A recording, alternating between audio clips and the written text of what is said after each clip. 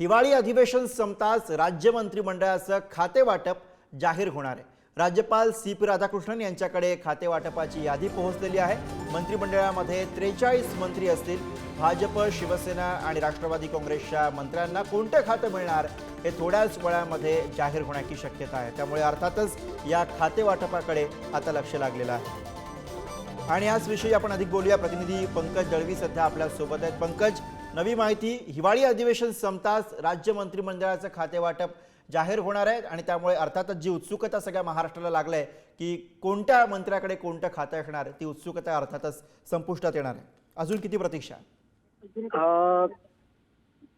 खाते वाटप कधी होणार याच्यासाठी संपूर्ण अधिवेशन जे आहे ते संपलं आणि त्याच्यानंतर आता खाते वाटप होणार हे जवळजवळ यादी जी आहे ती राज्यपालांकडे यादी गेलेली आहे। त्याच्यामध्ये भाजपच्या वाट्याला 16 आणि 3 राज्यमंत्री 19 मंत्रिपद आहेत। शिंदेच्या वाट्याला 9 कॅबिनेट अधिक 2 राज्यमंत्री अशी पद आहेत आणि अजित पवार यांची वाट्या 8 कॅबिनेट आणि 1 राज्यमंत्री पद जी आहे ती मिळणार आहेत आणि त्यामुळे खाते वाटपावरचा सस्पेन्स लवकर संपेल अशी शक्यता निर्माण झालेली आहे। मंत्रिमंडळ अधिवेशन जे आहे ते बिना खात्याच्या मंत्र्यांचं आणि बिना विरोधी पक्ष नेत्याचं विधानसभेच्या झालं आणि आता अधिवेशनानंतर खाते वाटप होण्याची शक्यता आहे। राज्यपालांकडे यादी गेल्याची खात्रीलायकरित्या माहिती पुढारी न्यूजला मिळाली आणि त्याच्यानुसार आज रात्रीपर्यंत किंवा कुठल्याही वेळी हे अधिवेशनाच्या नंतर संपल्यानंतर कुठल्याही जाहीर होऊ शकतं खाते वाटप। या खाते वाटपामध्ये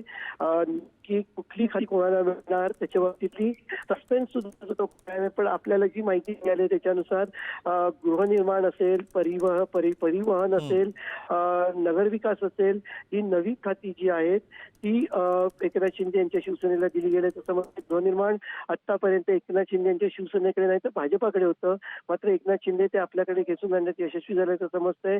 सोबत PWD सार्वजनिक उपक्रम हे खातं त्यांच्या एकनाथ शिंदेंना होतं ते आहे। नगरविकास अधिक मिळते असं समजतंय, त्यामुळे पर्यटन अपेक्षित होतं पण पर्यटन त्यांच्या वाट्याला येत नाही। एकनाथ शिंदेच्या परिवहन येत आहे। भाजपामध्ये गृहमंत्री असेल, त्याच्यानंतर गृहमंत्री असेल, कृषी मंत्री असेल, ही सगळी पदं जी आहेत ती भाजपाकडे असणार। उच्च तंत्रशिक्षण असेल, बरोबर आहे। त्यामुळे त्या प्रत्यक्षामध्ये जेव्हा खाते वाटप जाहीर होईल, त्याची घोषणा होईल, तेव्हा कोणाच्या वाट्याला कुठलं खातं येतं हे आपल्याला बघायचं। धन्यवाद पंकज या सगळ्या सविस्तर माहितीसाठी।